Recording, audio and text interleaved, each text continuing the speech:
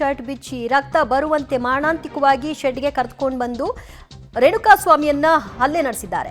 ನಂತರ ವಿನಯ್ಗೆ ಈ ವಿಷಯವನ್ನು ಒಪ್ಪಿಸಿದ್ದಾರೆ. ಪಟ್ಟಣಗೆರೆ ಶೆಡ್ನಲ್ಲಿ ಕರೆದುಕೊಂಡು ಬಂದಾಗ ಇದ್ದ ಐ ವಿಟ್ನೆಸ್ಗಳ ಹೇಳಿಕೆಗಳನ್ನು ಕೂಡ ನ್ಯಾಯಾಧೀಶರ ಮುಂದೆ 164 ಹೇಳಿಕೆ ಮೂಲಕವಾಗಿ ದಾಖಲು ಮಾಡಲಾಗಿದೆ. ರೇಣುಕಾಸ್ವಾಮಿಗೆ ಹಲ್ಲೆ ಮಾಡುವಾಗ ಶರ್ಟ್ ಬಿಚ್ಚಿ ಹೊಡೆಯಲಾಗಿದೆ, ಅಲ್ಲದೆ ಅವನನ್ನ ರಕ್ತ ಬರುವಂತೆ ಮಾರಣಾಂತಿಕವಾಗಿ ಹಲ್ಲೆ ನಡೆಸಲಾಗಿದೆ.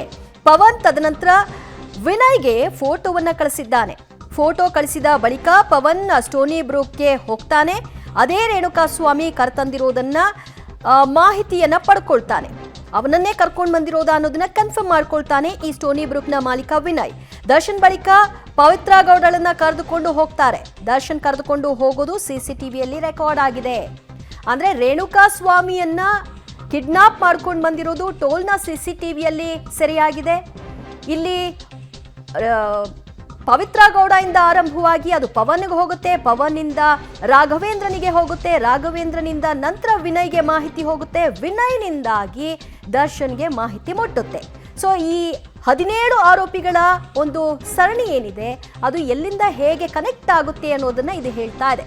ಶರ್ಟ್ ಬಿಚ್ಚಿ ರಕ್ತ ಬರೋ ಹಾಗೆ ಮನಸ್ಸು ಇಚ್ಛೆ ಕಳಿಸಿದ್ದಾರೆ. ನಂತರ ವಿನಯ್ಗೆ ಪವನ್ ಈ ರೇಣುಕಾಸ್ವಾಮಿಯ ಫೋಟೋ ಕಳಿಸಿ ಮಾಹಿತಿಯನ್ನ ಹಂಚಿಕೊಳ್ತಾನೆ. ಸ್ಟೋನಿ ಬ್ರೂಕ್ನ ಮಾಲೀಕ ವಿನಯ್ ನಂತರದಲ್ಲಿ ದರ್ಶನ್ಗೆ ಈ ವಿಚಾರವನ್ನ ತಿಳಿಸ್ತಾರೆ.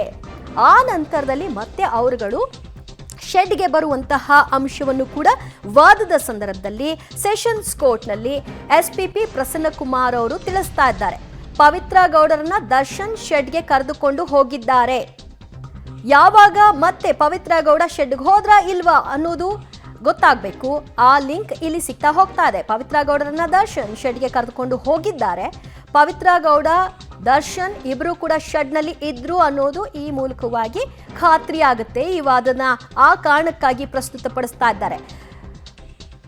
ದರ್ಶನ್ ಬಳಿಕ ಪವಿತ್ರ ಗೌಡರನ್ನ ಕರ್ಕೊಂಡು ಹೋಗ್ತಾರೆ. ದರ್ಶನ್ ಕರ್ಕೊಂಡು ಹೋಗೋದು ಕೂಡ ಸಿಸಿಟಿವಿಯಲ್ಲಿ ಕ್ಯಾಪ್ಚರ್ ಆಗಿದೆ. ಆ ಸಾಕ್ಷ್ಯವೂ ಕೂಡ ಸದ್ಯ ಪೊಲೀಸರ ಬಳಿ ಇದೆ. A4, A6, 7, 8 ಶೆಡ್ಗೆ ರೇಣುಕಾಸ್ವಾಮಿಯನ್ನ ಕರೆದೊಯ್ತಾರೆ. ಈ ಆರೋಪಿಗಳೆಲ್ಲರೂ ಕೂಡ ರೇಣುಕಾಸ್ವಾಮಿಯನ್ನ ಕರೆದು ಒಯ್ದಿದ್ದಾರೆ.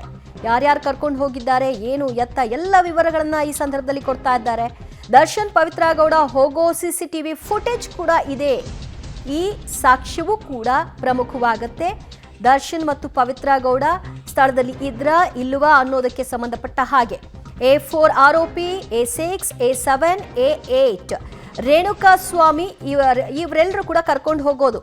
A10 ವಿನಯ್ ಸೆಕ್ಯೂರಿಟಿ ನರೇಂದ್ರ ದಾಮಿ ಅವರನ್ನು ಕೂಡ ಕರೆದುಕೊಂಡು ಗೇಟ್ ಓಪನ್ ಅನ್ನ ಮಾಡಿಸಲಾಗುತ್ತೆ.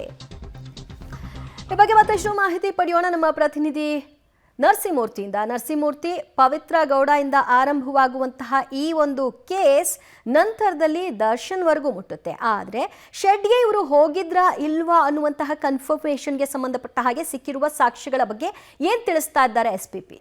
ದಿವ್ಯಾ, ಎಸ್ಪಿಪಿ ಪ್ರಸನ್ನಕುಮಾರ್ ಅವರು ಕೋರ್ಟ್ನಲ್ಲಿ ತಮ್ಮ ವಾದವನ್ನ ಮುಂದುವರಿಸಿದ್ದಾರೆ. ಯಾವಾಗ ಚಿತ್ರದುರ್ಗದಿಂದ ರೇಣುಕಾಸ್ವಾಮಿಯನ್ನ ಕಿಡ್ನಾಪ್ ಮಾಡಿ ಕರೆತರಲಾಯಿತು, ಅದಾದ ಬಳಿಕ RR ನಗರದ ಶೆಡ್ಗೆ ಕರೆತರಲಾಗಿದೆ. RR ನಗರದ ಶೆಡ್ನಲ್ಲಿ ರೇಣುಕಾಸ್ವಾಮಿಯನ್ನ ಕರೆತಂದಂತಹ ವ್ಯಕ್ತಿಯ ಐ ವಿಟ್ನೆಸ್ ವ್ಯಕ್ತಿ ಏನಿದ್ದಾನೆ ಆತನ 164 ಹೇಳಿಕೆಯನ್ನ ನ್ಯಾಯಾಧೀಶರ ಮುಂದೆ ದಾಖಲು ಮಾಡುವ ಕೆಲಸವನ್ನ ಮಾಡಲಾಗಿದೆ. ಇಲ್ಲಿ A4, A7, A10 ಇವರೆಲ್ಲರೂ ಸೇರಿ ಚೆನ್ನಾಗಿ ರಕ್ತ ಬರುವಂತೆ ಆತನಿಗೆ ಬಟ್ಟೆ ಬಿಚ್ಚಿ ರೇಣುಕಾಸ್ವಾಮಿಯ ಮೇಲೆ ಹಲ್ಲೆಯನ್ನ ನಡೆಸ್ತಾರೆ.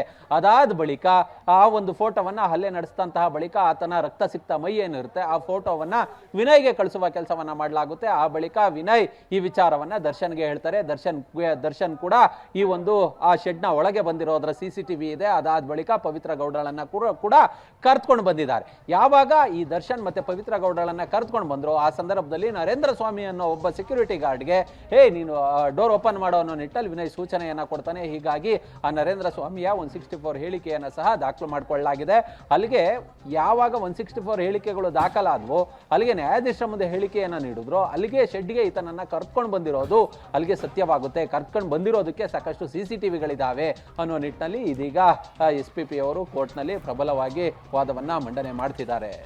ಓಕೆ ಮೂರ್ತಿ, ಸಂಪರ್ಕದಲ್ಲಿ ಇನ್ನಷ್ಟು ಮಾಹಿತಿಯನ್ನ ನಿಮ್ಮಿಂದ ಪಡೆದುಕೊಳ್ತೀವಿ. ಸದ್ಯ A10 ಆರೋಪಿವರೆಗೂ ಕೂಡ ಯಾವೆಲ್ಲ ಪಾತ್ರ ಇದೆ, ಈ ಹಿನ್ನೆಲೆಯಲ್ಲಿ ರೇಣುಕಾಸ್ವಾಮಿ ಮೇಲೆ ಆದಂತಹ ಗಾಯದ ಗುರುತುಗಳೇನು, ಈ ಮಾರಣಾಂತಿಕ ಹಲ್ಲೆ ನಡೆಯುವವರೆಗೂ ಯಾರೆಲ್ಲ ಇದ್ರು ಇಲ್ಲ, ಅದಕ್ಕೆ ಸಿಕ್ಕ ಸಾಕ್ಷ್ಯಗಳೇನು, ಎಲ್ಲದರ ವಾದ ಆಗ್ತಾ ಇದೆ.